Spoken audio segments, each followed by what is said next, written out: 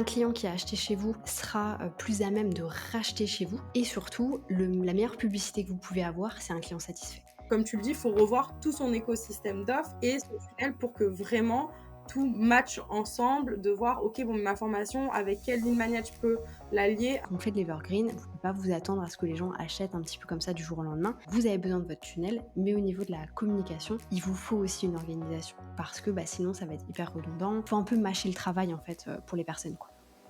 Hello et bienvenue dans ce nouvel épisode du Comptoir du Web, un podcast business où on parle de publicité, de manière d'entreprendre, mais pas que. J'aurai l'honneur de recevoir des invités inspirants pour te partager un maximum de valeur. Aujourd'hui, nous recevons Aude Georgelin. Tu as formé déjà plus de 200 élèves dans la réussite de leur lancement, de leur organisation ou encore de leur productivité.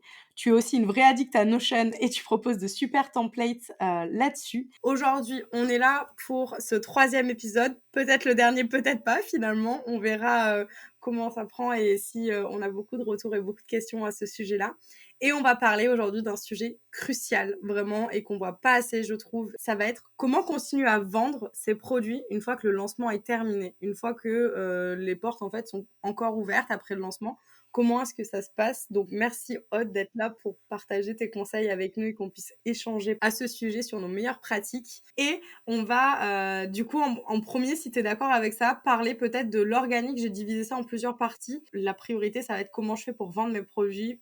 Une fois que le lancement il est passé en organique, qu'est-ce que je dois faire, qu'est-ce que je dois pas faire, quelles sont les différentes étapes là-dessus. Est-ce que toi, tu aurais justement la première étape, ce serait vraiment peut-être d'acquérir en premier des prospects et des clients encore en continu. Donc ça fait aussi référence à notre épisode 1 de cette super saga, j'espère. Donc il y a tout ça, mais comment est-ce qu'on peut l'implémenter du coup dans l'organique au quotidien? Déjà, je pense qu'il faut donc qu'on rediférencie un petit peu la partie type de lancement. Donc, vous avez vraiment soit vous organisez un lancement avec une cohorte, il y a un départ, il y a une fin. Donc là, vous avez vraiment votre lancement, vous avez 10 personnes qui rentrent, ça dure 3 4 mois et ensuite vous refaites un lancement. Dans ce cas-ci, moi, ce que je trouve hyper intéressant, et d'ailleurs, c'est ce que je fais avec pas mal de mes clients, c'est que même une fois que le lancement est terminé, vous gardez la page de vente, vous faites un format un petit peu, vous savez, timing avec un timer qui dit bien, il y a une prochaine cohorte qui départ en janvier justement 2024. N'hésitez pas à vous inscrire à la liste d'attente. Vous, ça vous permet dans tous les cas de continuer à avoir des leads et du coup, forcément d'échanger avec ces personnes-là. Si ça se trouve, en plus, c'est des personnes qui seront intéressées pour rentrer dans la prochaine cohorte, donc faut pas hésiter vraiment à échanger avec eux. Et par exemple, moi, il y a une de mes clientes où on fait ça, c'est vraiment des lancements orchestrés. Là, elle a donc son lancement a démarré avec ces personnes. On refait un lancement en janvier, il y a déjà la liste d'attente qui est ouverte. Et pour les gens de la liste d'attente, ils ont déjà accès aux 3 tarifs et ils ont un tarif liste d'attente. C'est-à-dire qu'ils peuvent booker là tout de suite maintenant leur place pour janvier à moins 40%. Donc c'est hyper intéressant pour elle parce que ça lui permet de faire un lancement beaucoup plus chill quand elle va le faire. Et c'est hyper intéressant pour les personnes qui ont raté la cohorte, là du coup du mois d'octobre, et qui veulent quand même rentrer en janvier. Donc ça, c'est je pense pour la partie vraiment si vous faites des cohortes avec des débuts et des fins. Après, et c'est souvent là qu'on a du coup le problème, c'est OK, j'ai organisé un lancement, formation en ligne, accompagnement, tout ce que tu veux. J'ai vendu, ça a marché ou pas d'ailleurs. Qu'est-ce que je fais après? Genre comment est-ce que ça se passe? Mm. Quel changement est-ce que je dois faire? Là, je pense qu'il y a plein de choses à prendre en compte et c'est à ce moment-là, en fait, qu'il faut avoir cette réflexion de: «OK, est-ce que je vais compter uniquement sur le fait de refaire des lancements orchestrés, donc de faire des offres, de faire des baisses de prix, rajouter des bonus et cetera?» On en parlera aussi de façon, de jouer un petit peu avec les autres et le contenu, des autres et les partenariats, ce genre de choses. Ou alors, est-ce que moi je veux continuer à vendre aujourd'hui? Et là, je vais pas vous apprendre une solution miracle, mais je vais vous dire la vérité, c'est qu'il faut créer un parcours client. En fait, il faut vraiment passer votre produit dans un format evergreen et du coup créer un parcours client où le client va pouvoir faire son chemin par lui-même, vraiment d'étranger, il ne vous connaît pas, jusqu'à acheter, voire ambassadeur parce qu'il a été fidélisé, etc.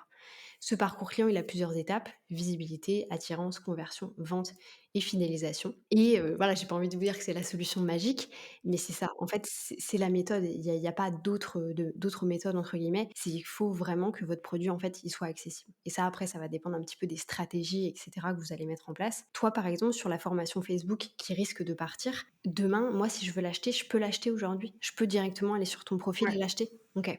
exactement. Pour le Qu'est-ce que tu as moment, mis en ouais. place sur ça, du coup? Alors, va y avoir, de la promo à travers, mes newsletters, beaucoup. OK, Ça va être newsletter, ça va être les séquences mails à travers mes différents lead magnets et avant, en tout cas plus maintenant, depuis que surtout que c'est dans l'idée que ça va disparaître, mais avant communiquer aussi beaucoup sur les réseaux sociaux de façon assez régulière. Toutes les semaines au moins faire un clin d'œil à son produit, que ce soit en story ou en publication. Je trouve ça hyper important que ce soit en montrant les résultats, en montrant l'avancement des élèves, en montrant le contenu sur lequel on est en train d'ajouter à la formation, mais vraiment en fait en parler. Et de toute façon, il n'y a pas de secret, c'est la répétition aussi quand même qui va faire que une offre, une fois qu'elle est sortie, si on a envie de la vendre en continu, il faut répéter, répéter, répéter, répéter et donner envie au quotidien aux personnes vraiment d'acheter chez nous, quoi.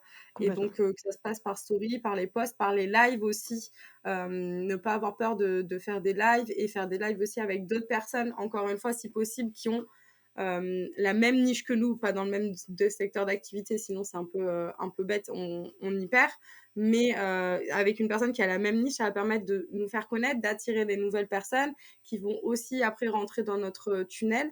Et c'est ça qui est hyper important. Donc comme tu le dis, il faut revoir tout son écosystème d'offres Complètement. et son tunnel pour que vraiment tout match ensemble, de voir, ok, bon, ma formation, avec quelle ligne magnet je peux l'allier. Ah, j'en ai aucun, bah, peut-être que je peux en créer un qui sera comme ça, comme ça, comme ça.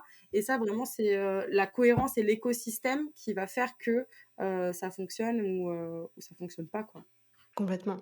Et du coup, pour rebondir, par exemple, comme tu disais sur, le format live, du coup, par rapport à niche, domaine d'activité, nous, on est un très bon exemple parce que tes clients pourraient acheter mes formations, mes clients pourraient acheter les tiens et en même temps, bah, on se mord pas la queue parce qu'on fait pas du tout la même chose.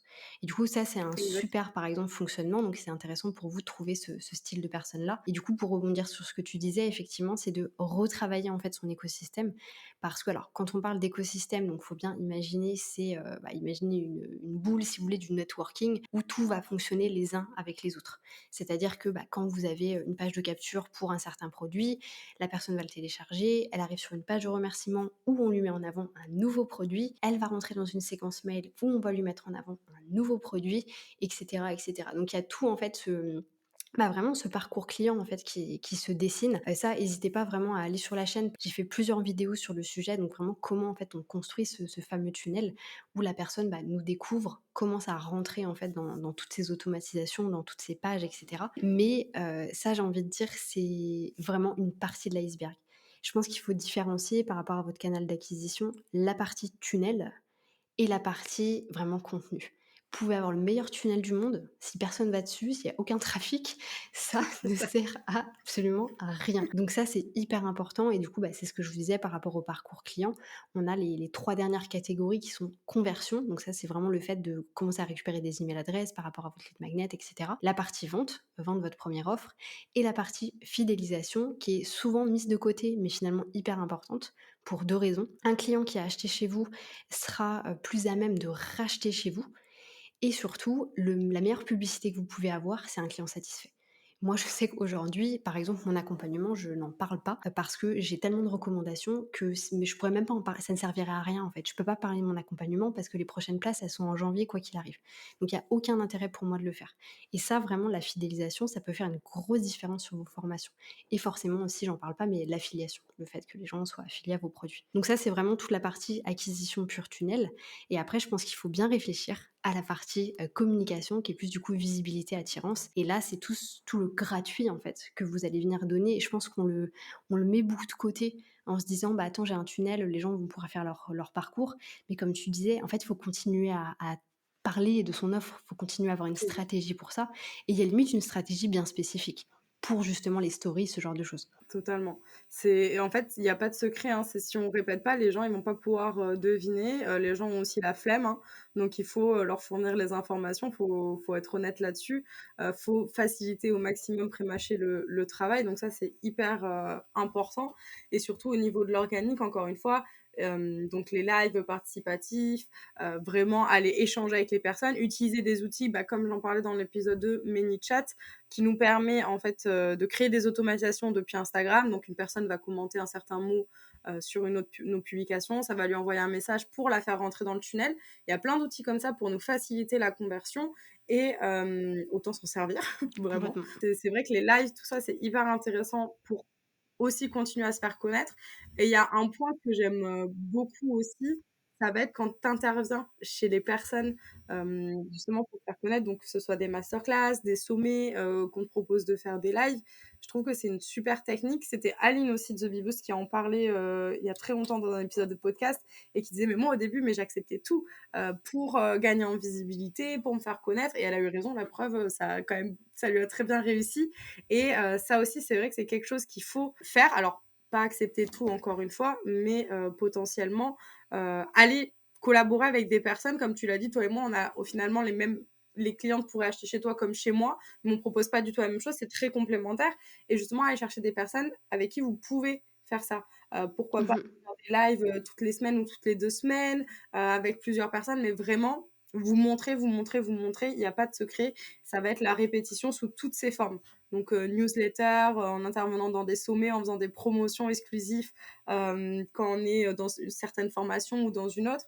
Ça aussi, c'est quelque chose qui fonctionne très bien. Et enfin voilà, ça c'est quelque chose que en tout cas moi je conseille le plus à faire, ça va être d'intervenir et de pas avoir peur d'aller demander: «Est-ce que ça t'intéresse de, une formation, sur le lancement?» Parce que, toi tu proposes une formation sur l'emailing, c'est super intéressant, mais est-ce que tu aimerais la partie de lancement? Parce qu'au final c'est complémentaire, donc ne pas avoir peur de démarcher aussi pour soumettre son idée, Complètement. parce que des fois on est là, on crée notre produit et on sait qu'on n'a pas toutes les bases pour aider nos clients et que c'est pas notre expertise, d'autres domaines. Et en fait, il nous suffit juste de la bonne personne qui envoie le bon message au bon moment, et ça match et ça fonctionne. Donc faut pas avoir peur de dire: «Bah, est-ce que, moi je pourrais intervenir chez toi?» Voilà, franchement, il y a pas meilleur moyen de se faire connaître, je trouve. Et à chaque fois, en tout cas de mon côté, j'ai eu que des retours positifs. Je pense que c'est pareil pour toi, mais dès que tu interviens, tu as que des retours positifs, quoi. Les gens sont trop contents, ils adorent ce que tu as fait.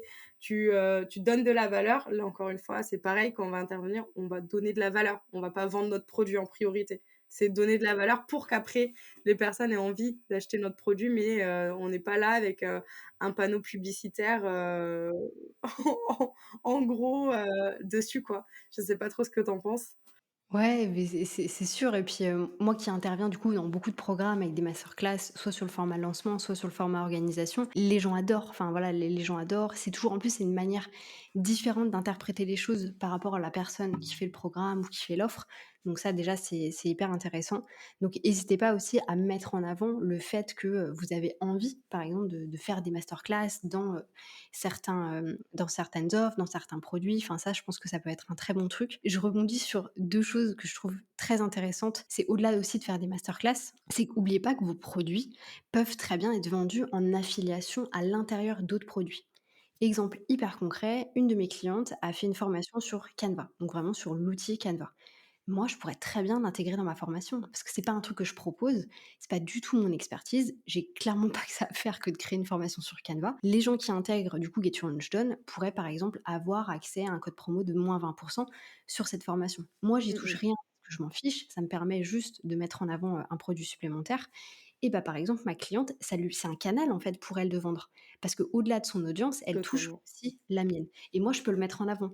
Dire, bah voilà, si vous intégrez Get Your Lunch Done, vous avez moins 20% sur la formation Canva de Marine, et cetera, et cetera. Donc ça, c'est hyper intéressant. Et la deuxième chose, et ça, j'ai vraiment envie de casser un truc, quand, du coup, je reprends quand tu parlais du fait d'aller interagir avec les personnes, leur proposer aussi, alors c'est pas forcément des partenariats, mais de faire un peu du contenu ensemble, faut pas hésiter. Et pour ça, je vais vous raconter l'histoire de moi et Marine. Moi et Marine, on s'est connus, je pense, il y a très longtemps. On a échangé, mais à tout péter, 20 messages, je pense, à tout Mmh mh. craquer. Un jour, je vois une story du coup que tu fais où tu disais que justement tu enregistrais un podcast et tout avec quelqu'un. Et là, je me dis: «Putain, mais trop intéressant, mais moi aussi j'ai envie de faire un podcast avec Marine». Et du coup, qu'est-ce que j'ai fait? J'ai envoyé un message à Marine. Je lui ai dit: «Mais moi aussi je veux faire un podcast avec toi». Et bah, ça s'est fait hyper simplement. Et aujourd'hui, du Exactement. coup, ça fait plusieurs semaines. Qu'on fait les épisodes. Exactement. Donc en fait, faut pas avoir peur, faut pas vous dire, «Oh, non mais attends, elle va me prendre pour qui et tout», enfin, mais pas du tout. Au contraire. Enfin, je veux dire, là, bon après nous, c'est hyper gagnant parce qu'on est en train de vous faire, 3-4 épisodes. Bah, pour Marine, c'est super intéressant. Mais c'est ça. J'étais trop contente. Tu m'as envoyé le message, j'ai dit: «Bah oui, bah bien sûr, tu es la bienvenue, viens quand tu veux», et en plus c'est trop intéressant, donc Faut Mais c'est ça effectivement, et il faut pas avoir peur, quoi. Faut c'est pas ça. avoir peur de contacter les gens et tout. Enfin, c'est, dans tous les cas, ça peut être aussi eux dans leur intérêt et puis ça leur permet dans tous les cas de toucher une autre audience. Là, tu vas toucher mon audience, je vais toucher la tienne. Enfin voilà, C'est ça. c'est ça recycle un peu sur ce format-là. Mais du coup, ouais, ça, je trouvais hyper intéressant de le mentionner et une autre chose que je trouve aussi intéressante, c'est que, bah, pour revenir un peu sur ce qu'on disait à la fin du dernier épisode, on parlait du rétro-planning. Mmh mh. Honnêtement, quand vous faites de l'evergreen, alors je dis pas qu'il vous faut un rétro-planning, mais il vous faut une stratégie. En Ouais. fait, vous pouvez pas vous dire genre: «Bah, coucou, je vais faire 3 posts comme ci, le vendredi matin, je vais parler de mon offre». Absolument pas. Et du coup, moi, pour avoir suivi, la formation, du coup de Larissa, je pense que vous connaissez, Larissa Lorenzi, du coup la formation Story Magnétique. C'est une formation qui est hyper intéressante dans laquelle justement elle explique en fait des méthodes pour vraiment avoir une méthode et en fait organiser ses stories. Alors moi aujourd'hui j'ai pas le temps de le faire, mais son format est hyper intéressant et du coup elle explique bien qu'elle, elle a du coup un certain concept le mardi, le jeudi, le vendredi, et cetera, et cetera. Et c'est ça qui lui permet d'avoir bah, vraiment en fait de la facilité finalement à créer ses stories. Donc ça, je vous amène aussi, quand on fait de l'evergreen, vous ne pouvez pas vous attendre à ce que les gens achètent un petit peu comme ça du jour au lendemain. Vous avez besoin de votre tunnel, mais au niveau de la communication, il vous faut aussi une organisation. Parce que bah, sinon, ça va être hyper redondant. Ou alors, il faut vraiment que vous sachiez, OK, bah, tel jour, je vais parler de telle chose, je vais mettre un produit gratuit en avant, ou alors je vais mettre telle chose en avant, etc. Il faut un peu mâcher le travail, en fait, pour les personnes, quoi. C'est exactement ça et c'est ce que tu dis et on revient toujours dans cette méthodo, cette stratégie et franchement, allez voir aussi les posts de Larissa parce que, pour vendre en story, ben, c'est la number one franchement, là-dessus donc allez voir et vraiment, avoir cette stratégie, cette méthodo et avoir des moments clés comme tu dis dans l'année et de se dire: «Bon, ben là, je sais que, je sais pas, pour mon anniversaire, j'ai envie, alors promo ou ressources supplémentaires, hein, c'est chacun, ajoute ce qu'il préfère et il y a pas de bonne ou de mauvaise façon de faire, mais de pour mon anniversaire, je sais que je vais mettre mon produit en avant parce que j'ai envie de faire quelque chose de spécial.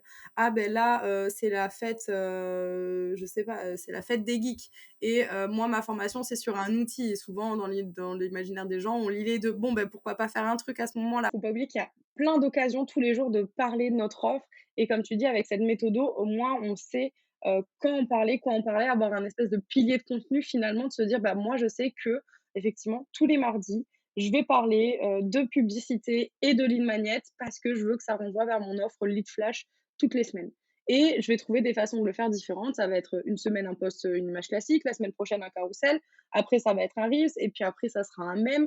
Enfin, vraiment, il y a plein de façons d'en parler et il y a plein d'occasions de le faire, donc il faut juste aller les chercher et se lancer et pas avoir peur, encore une fois, de proposer des collaborations aussi, ça peut être hyper intéressant. Ça se fait de plus en plus, hein, des bundles avec plusieurs offres qui sont complémentaires et qui au final se disent ah bah ouais, c'est un match parce que quand je fais mon lancement, il faut que j'ai quelqu'un pour m'accompagner pour le lancement, il faut que j'ai quelqu'un pour m'accompagner avant le lancement pour récolter des prospects, faire venir du monde. Donc, ok, c'est cool si je peux avoir de la publicité. Et puis, il faut que j'ai quelqu'un qui m'explique ok, mais comment je communique et comment je suis à l'aise pour communiquer en story, en publication, comment est-ce que, quelle méthode, tu vois. Donc, typiquement, ça se fait aussi. Il faut pas avoir peur d'aller proposer à des personnes, de dire, bah, j'ai remarqué que nos offres sont super complémentaires. Est-ce que ça te dit qu'on travaille ensemble, qu'on fasse ça? Ça aussi, ça aide à vendre nos produits, à se faire connaître et surtout que suivant nos produits, si on parle de petits produits digitaux ou de formation en ligne, c'est aussi une porte d'entrée vers des accompagnements qui sont souvent plus onéreux, plus complets évidemment, plus complexes. Donc, il faut pas avoir peur d'en parler et d'aller échanger et de faire des propositions et de tester des choses. C'est vrai que là-dessus, voilà, faut attirer, continuer d'attirer en fait du public, hein. Il y a pas de secret. Complètement et je pense que c'est vachement complémentaire aussi de dire que, bah, effectivement, quelqu'un qui va acheter une certaine offre, potentiellement va en acheter une, après et après et après. Moi, je le vois beaucoup avec mes clients qui, honnêtement, je pense qu'il y a 50 de mes clients qui ont tous mes produits. Donc ils achètent à chaque fois, en fait, que je vais sortir une formation, ils vont l'acheter et je dirais la moitié aussi, même un peu plus des clients que j'ai en accompagnement sont passés par mes formations et se sont dit: «Bah, moi, j'ai envie d'avoir quelque chose de personnalisé, j'ai vraiment envie d'être accompagné et cetera. J'ai fait confiance à Aude pour la formation, je veux aussi lui faire confiance, pour le reste». Donc effectivement, ça, je pense que c'est un format qui est à prendre en compte et un autre truc aussi que j'avais envie d'ajouter qui, alors pas qui va pas faire plaisir à tout le monde, mais je sais que c'est quelque chose de très chiant, mais quand vous faites du coup de l'evergreen, alors que ce soit de l'orchestré ou de l'evergreen, mais sur l'evergreen, c'est encore plus présent, il faut travailler vos statistiques. En fait, il faut avoir vraiment conscience de ce qui se passe, tant sur vos réseaux que, bah, forcément sur votre tunnel aussi. C'est-à-dire faut analyser, il faut comprendre qu'est-ce qui se passe, où est-ce que ça bloque, quels sont mes taux de conversion et ça, vraiment, c'est hyper puissant parce que quand vous allez vous en rendre compte, ça devient un outil et ça devient un outil dans le sens où, bah, si vous observez, vous avez un certain taux de conversion donc par exemple, quand je dis taux de conversion, c'est une personne qui va aller voir votre page de capture, votre lead magnet, qui va s'inscrire, bah, suivant les nombres que vous allez avoir un certain taux de conversion et en fait, bah, vous savez, par exemple, si on fait le lien avec la pub, moi j'ai un taux de conversion, je sais pas, moi je dis au pif, à 40 par rapport à mon audience organique, ben, forcément, si je vais faire de la pub, je vais venir observer ce qui va se passer. Est-ce que c'est plus? Est-ce que c'est moins? Est-ce que du coup, bah, ça a complètement, cassé mes statistiques? Enfin, en fait, ça s'observe et je sais que dans beaucoup de cas, pour les personnes qui, bah, du coup, qui vendent des produits comme nous, qui sont infopreneurs, c'est hyper frustrant de pas avoir de résultats quand on fait un lancement ou quand on fait de l'evergreen et en fait, on a l'impression de rien pouvoir faire, en fait, de pas avoir le contrôle. Mais si, vous avez le contrôle. Vous avez le contrôle si vous allez observer vos statistiques. Donc que ce soit vos statistiques Instagram, YouTube et cetera ou en fait sur votre tunnel. Les statistiques, c'est vos résultats, en fait, immédiats et du coup, c'est hyper aussi important à prendre en compte et je refais le lien sur ce que tu disais par rapport à il y a des moments donnés, genre par exemple la période de Noël, mon anniversaire, je vais faire des offres et cetera. Toutes ces choses-là, en fait, il faut aussi les analyser parce que chaque business va avoir ce qu'on appelle une saisonnalité. C'est-à-dire que vous avez des moments de pic, vous avez des moments de down. Pour nous, par rapport à ce qu'on fait, c'est un peu compliqué, mais si je reprends par exemple, s'il y a des coachs sportifs qui nous écoutent, si vous êtes sur la niche du fitness, clairement, et pour avoir été responsable fitness pendant des années, je le sais, on a un énorme pic en septembre après l'été. Voilà, souvent running, voilà, j'ai pris du poids cet été, je veux perdre à fond. On a un autre gros pic janvier, bonne résolution, et il y a un autre plus petit pic au mois de mai. Le reste, c'est pas que c'est mort, mais il y a beaucoup moins de monde. Donc si vous êtes coach sportif, je vous dis pas de pas lancer de programme en novembre, mais si vous pouvez le faire en septembre ou en janvier, c'est beaucoup plus intéressant. Vous allez clairement avoir des meilleurs résultats par rapport à ça. Et il faut en fait aussi comprendre un petit peu ce genre de choses-là. Si vous n'avez pas de saisonnalité, et ben du coup, vous pouvez aussi vous adapter à la saisonnalité des autres. Et du coup, là, c'est hyper intéressant. J'avais déjà donné cet exemple il y a hyper longtemps. On va reprendre un petit peu les trois monstres, je dirais, la création d'entrepreneuriat. Donc, quand je dis les trois monstres, c'est pas du tout péjoratif, hein, c'est un très bon truc. Là, je vais vous parler du coup, Mylan Fort, qu'on a déjà mentionné avec la Micropreneur Academy, Aline Bartoli avec la Beboost Academy et Margot Cunego avec Boost ton Biz. Clairement, elles ont la même clientèle, on va pas se le cacher, je pense que voilà, tout le monde le sait. Elles ont pas du tout le même fonctionnement. Aline va faire un énorme lancement une fois par an et maintenant, depuis un an, a des petits produits à côté pour vendre toute l'année. Maëlan faisait 2 gros lancements par an et je crois que c'était 3 mais bon, elle a été enceinte donc elle en a fait que 2 et maintenant, elle va avoir une autre grosse offre à côté. Donc elle fait évoluer son business model comme Aline. Et de la même manière, Margot Cunego qui est sur la même niche qu'elle, elle a un business model complètement différent, c'est-à-dire qu'on peut rentrer quand on veut dans son programme, elle fait des très gros lancements avec des challenges et cetera. Et ça, c'est hyper intéressant à observer parce que demain, imaginons, moi, je veux aller sur leur niche, je vais observer ce qu'elles font, je vais être très honnête, je vais pas faire de lancement au mois de mars en même temps qu'Aline Bartoli. Ah Et bah en fait, oui. ça, c'est hyper important en fait à comprendre. Et si il y en a plein qui sont sur des niches comme elle, qui ont beaucoup plus petites audiences, le meilleur conseil, n'allez pas faire, votre lancement du 1er au 20 mars. Faites-le avant, faites-le après et c'est en fait, c'est de la logique, c'est du bon sens et c'est pour ça que je dis pas qu'il faut se comparer parce qu'on a vite tendance à se comparer, mais il faut observer, en fait, ce que font les autres également. C'est ça. C'est un super exemple parce qu'en plus, je le donne, tu vois, j'ai des clients qui sont coach business et qui sont exactement sur la même niche qu'Aline. Et chaque année, quand on pose les dates, tu vois, un peu des lancements, bah, il y a ça qui revient. Je dis, ouais, mais là, fais gaffe parce que c'est la période généralement où Aline fait. Alors, ça veut pas dire qu'elle va prendre tous les prospects du monde pour les coachs business, hein, je vous rassure, chacun, certains n'aiment pas forcément sa méthode, vont préférer celle de Malan, celle Bien sûr. de Jean-Jacques Goldman, j'en sais rien, tu vois, de n'importe qui qui va être coach business.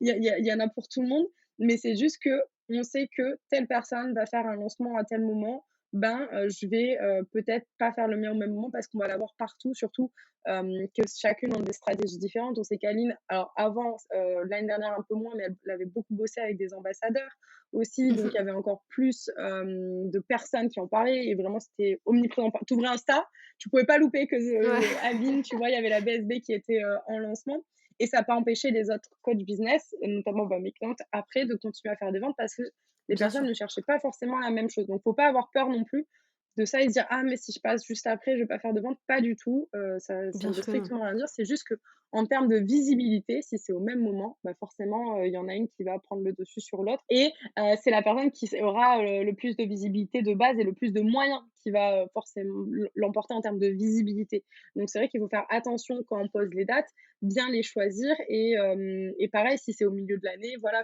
faire, vraiment attention à ces périodes-là, ces périodes fortes de notre business et se dire: «Bon, bah, là, je sais que je vais peut-être pas faire, pendant un mois, mon lancement et je le reporte au mois de juin» ou des choses comme ça. Mais comme tu dis, c'est du bon sens, en fait. Observer ce qui se passe autour de C'est nous et se ça. dire: «Bon, bah, je vais pas faire, là, maintenant, mon lancement parce que c'est déjà pris» entre guillemets, là-dessus et que moi, je veux mettre toutes les chances de mon côté, maximiser ma visibilité et que le produit sur lequel je travaille depuis des mois, qu'il se vende et pas passer à la trappe parce que j'ai mal choisi mes dates. Donc c'est vrai que ça, c'est un point C'est super ça. important, comme tu dis, de Ouais. choisir ses dates aussi, quand on a envie de faire des actions dans l'année, ouais. Et de faire attention. Après, ça veut pas dire, enfin, je suis pas en train de dire qu'il faut pas lancer en même temps qu'Aline, mais comme tu l'as bien dit, c'est un souci de visibilité. Et c'est vrai que moi demain, alors surtout sur la niche sur laquelle du coup ces 3 femmes sont, qui est quand même très beginner, c'est des gens qui parfois ne connaissent à peine Mmh Instagram mh. et vont démarrer. Ces gens-là sont un peu, on peut être bridé dans le sens où on va se dire, bah j'ai le choix entre 3 nanas peut-être un peu moins connues qui ont l'air fantastiques et le programme où tout le monde va. Qu'est-ce que je vais choisir? Bah, potentiellement, il y a un pourcentage qui va choisir le programme où tout le monde va et ce qui est complètement normal, c'est une réaction complètement humaine, donc il faut pas, voilà, il faut pas le prendre, c'est pas du tout négatif, ce que j'essayais de dire, mais voilà, c'est vraiment il faut avoir du bon sens, en fait, avec ce genre de choses et je pense qu'on l'a observé aussi. Je dis pas qu'elles ont toutes un business model différent pour se différencier, mais forcément, ça joue énormément parce que, bah, moi, demain, j'ai envie de me lancer, bah, j'ai raté, on est au mois de novembre, il faut que j'attende mars pour aller faire celui de Aline. Celui de Maëlan potentiellement il est que en juin.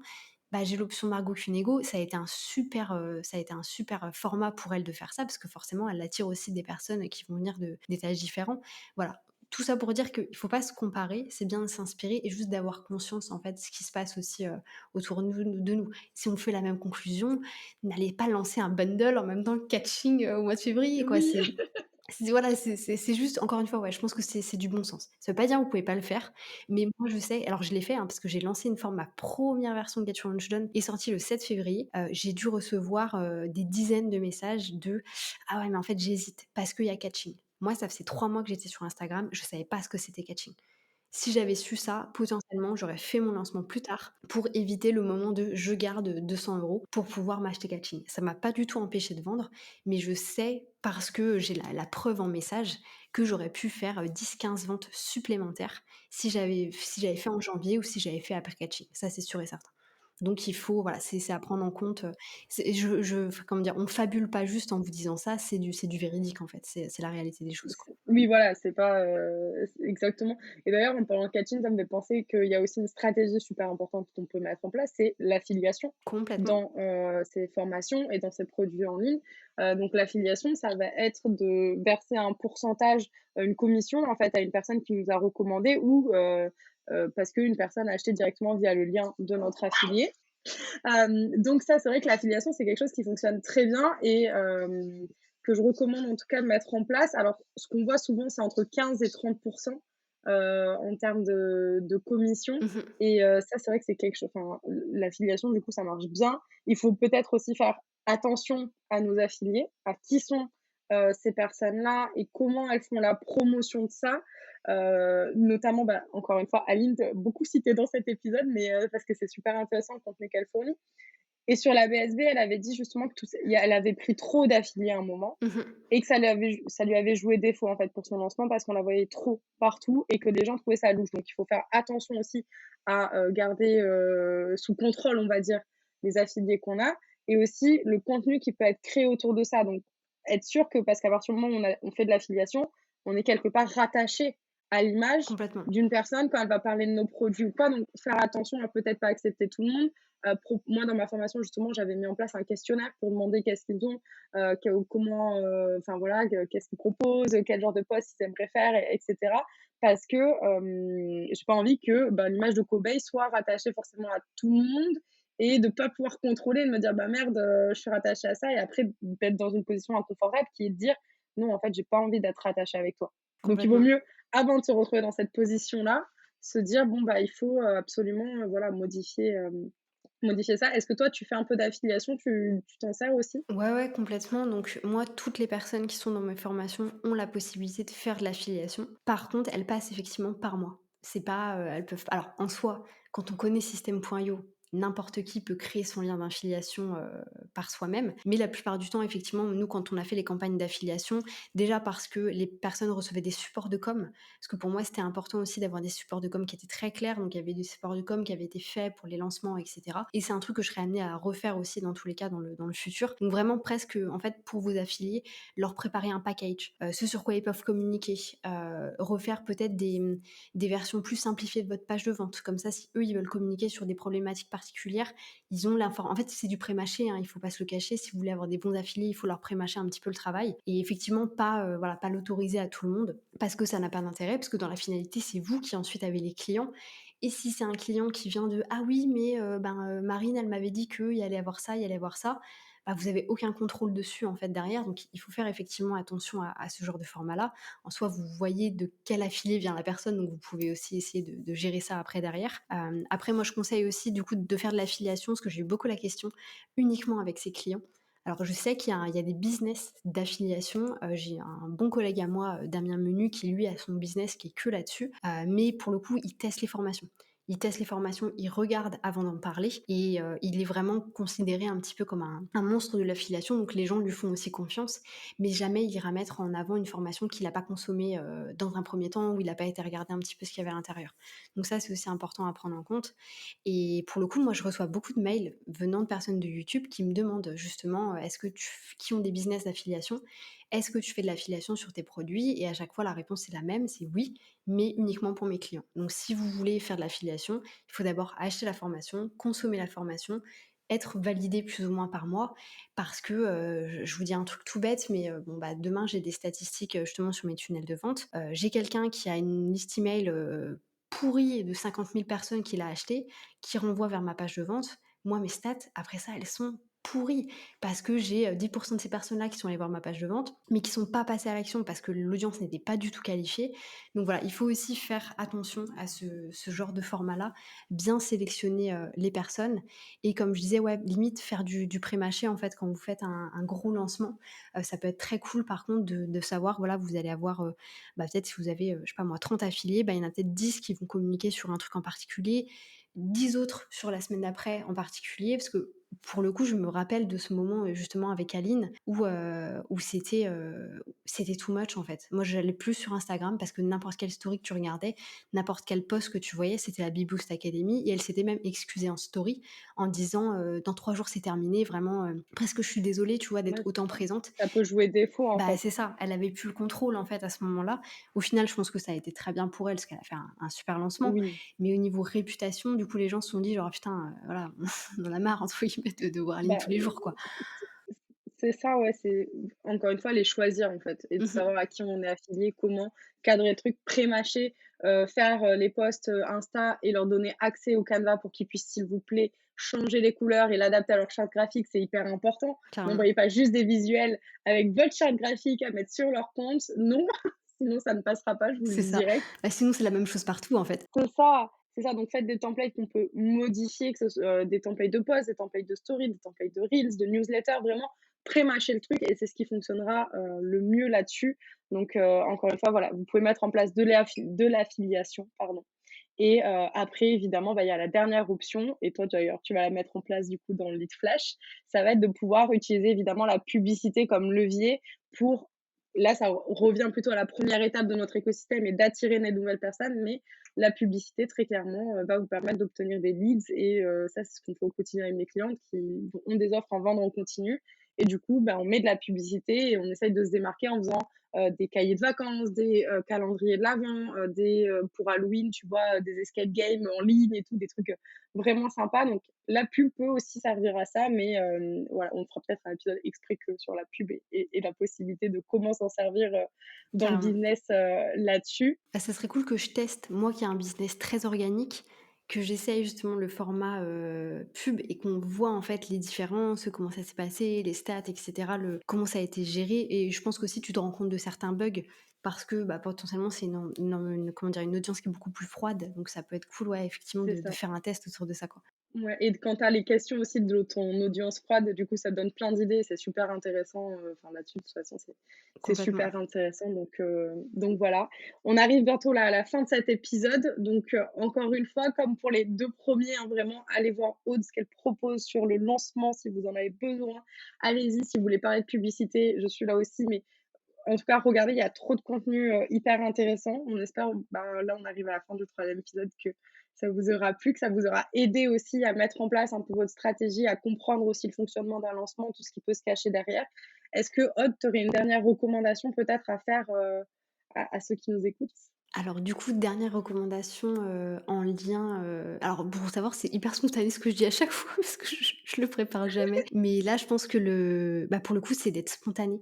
C'est vraiment, en fait, de pas avoir peur de parler de son offre, de pas avoir peur effectivement de saouler son audience, que comme tu le disais, je sais plus si c'était dans cet épisode-là ou celui juste avant, vous êtes la seule personne qui connaît tout votre contenu et encore, parce que moi, ça m'est arrivé d'avoir des gens qui me disent: «Oh Oui, trop bien ta vidéo», j'étais là: «Mais de quoi est-ce que cette personne parle?» Je ne me souvenais même plus. Donc franchement, faut pas avoir du tout peur de cette partie-là. Donc recycler un maximum, être spontané un maximum, pas hésiter à parler de son offre et surtout aussi je dirais, et c'est vachement en lien avec ce qu'on disait, avec l'engagement, c'est que dès que vous faites une story par exemple ou sur un post, hein, où vous parlez de votre produit, si les gens engagent, allez engager avec eux.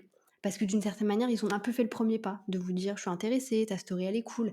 Hésitez pas à aller discuter avec ces gens-là, parce que peut-être que ça va, détourner sur autre chose après.